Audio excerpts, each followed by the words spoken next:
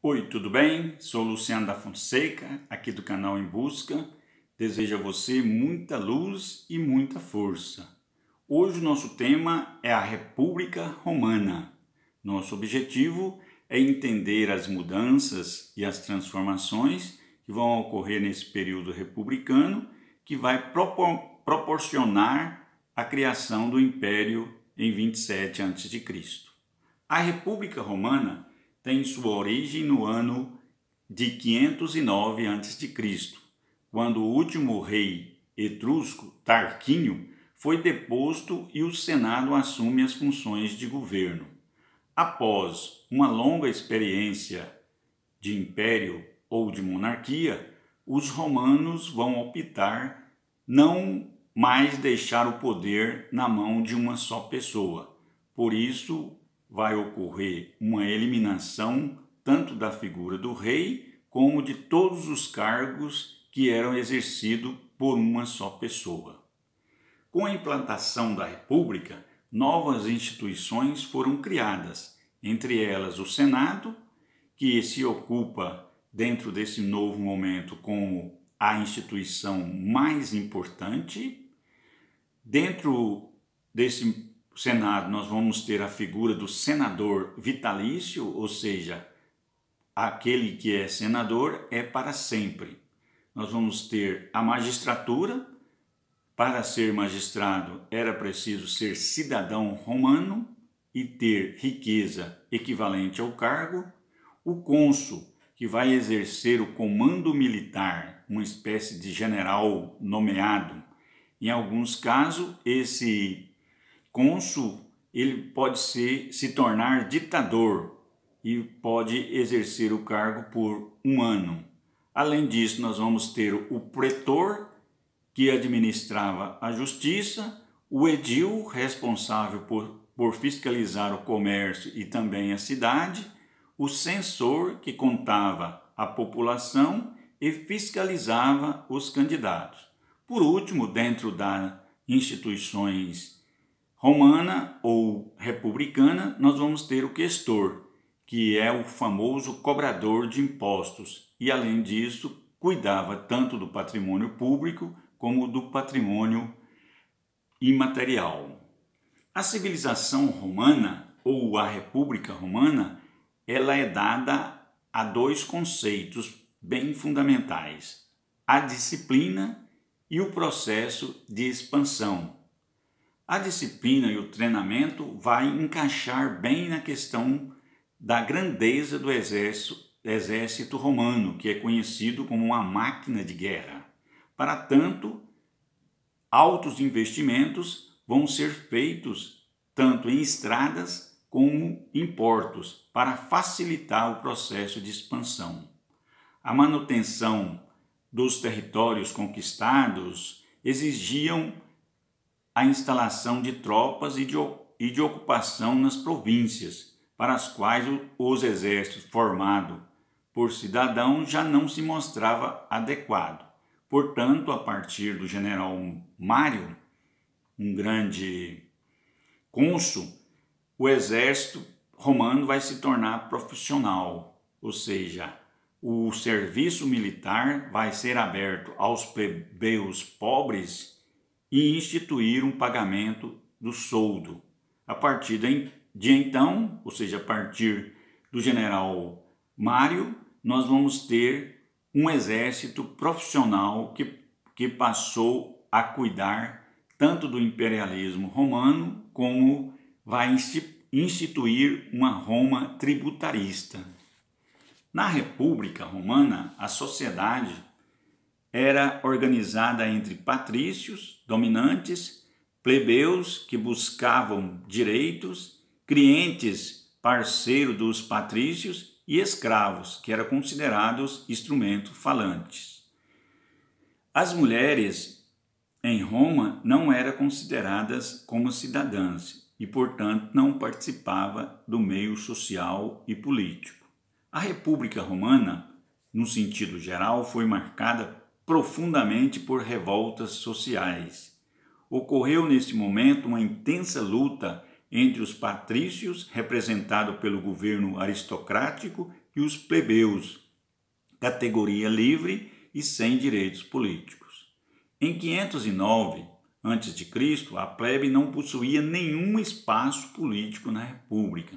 Assim, já em 494 a.C., com a chamada Revolta do Monte Sagrado, os plebeus começam a se organizar para modificar a estrutura de poder em Roma. Ao final dessa revolta, o Senado vai atender às reivindicações dos plebeus que passaram a ter um conselho e também cargos públicos na sociedade romana. A partir daí, com os chamados tribunos da plebe, os plebeus vão se destacar na luta e vão criar algumas leis que vão beneficiar. Por exemplo, em 455 a.C., foi criada a lei da Canuleia. Esta lei acabava com toda a proibição de casamento, principalmente entre plebeus e patrício. Em 450 foi criada a lei das 12 tábuas. Essa lei vai modificar totalmente a estrutura do governo da República Romana. E por último, já em 366, é criada a lei de Licínia, que vai proibir a escravidão por dívida, ou seja, o plebeu que devia alguma quantia fora do projeto de pagamento se tornava escravo. A partir da lei de Licínia, isso vai acabar. A expansão territorial de Roma durante a República começou a partir da própria Península Itálica, na famosa Guerra contra Cartago. Essa guerra vai durar quase um século, né? Essa guerra é conhecida como as Guerras Púnicas, nas quais Roma obteve a vitória definitiva após destruir Cartago e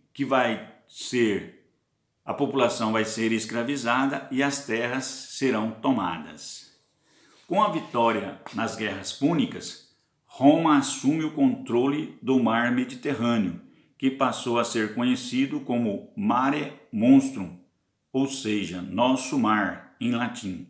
O controle do Mediterrâneo foi uma das consequências da expansão romana. Houve neste período a mudança da mão de obra em Roma, que deixou de ser composta por plebeus e passou a ser formada por escravos, por conta da grande quantidade de povos escravizados pelos romanos adquiridos através da guerra. Isso vai caracterizar o modo de produção escravista, ou seja, a maior parte da produção em todos os sentidos é produzida agora pela mão de obra escrava. Também por conta da expansão territorial, o exército se desenvolve e os generais passam a ganhar mais influência política. É importante destacar que houve um grande momento neste momento, ou seja, houve um grande aumento na desigualdade social dentro de Roma. Os conflitos, as revoltas, as guerras levou Roma a um processo de instabilidade política muito grande. Nesse contexto, a partir de 133 a.C., os irmãos Gracos, Tibério e Caio, que eram tribunos da plebe, sugeriram uma reforma agrária para amenizar a miséria, assim como a diminuição no preço do trigo, com o intuito de amenizar a fome em Roma. Essas propostas não foram aceitas e nem bem recebidas, tanto no Senado como pelos patrícios, que mais tarde vão assassinar os dois irmãos. Tibério foi morto em 33 a.C. e Caio em 122 a.C. Suas mortes causaram um clima político quase que insustentável no contexto da República Romana. Diante da crise, foi criado o chamado Primeiro Triunvirato Romano. Em 62 a.C., Júlio César foi eleito cônsul com Pompeu, assim formando uma aliança com Graço e Pompeu por baixo dos panos do Senado, Júlio César forma o chamado Primeiro Triunvirato, que levou a tomar o controle da Gália e também de Roma. Temendo um golpe, diante de sua posição privilegiada, o Senado começa a se aliar com Pompeu. Após a morte de Graço, Júlio César se encontrava na Gália. Numa tentativa de diminuir os poderes de Júlio César, o Senado nomeia Pompeu o único cônsul. Em retaliação, Júlio César invade Roma com seu exército, provocando uma guerra civil entre os seguidores de Júlio César e de Pompeu. Essa guerra termina em 48 a.C., com a derrota de Pompeu e sua fuga para o Egito, onde é morto pelo rei Ptolomeu XIII. Assim, em 47 a.C., Júlio César se torna o primeiro líder autocrático de Roma, com o título de ditador, centralizando os poderes em sua figura.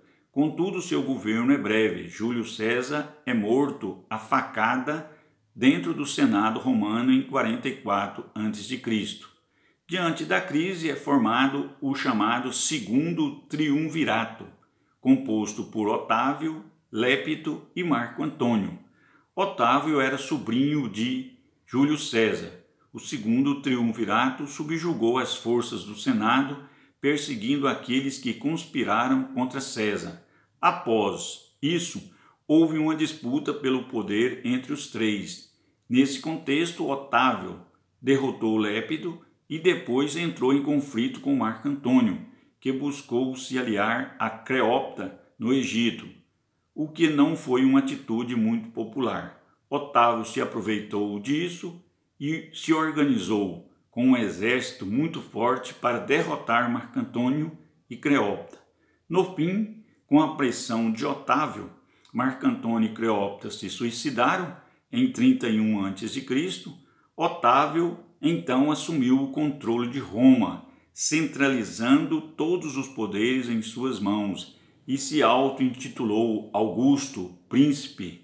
E no ano de 27 a.C., deu início à Era Imperial, marcando assim o fim da República Romana.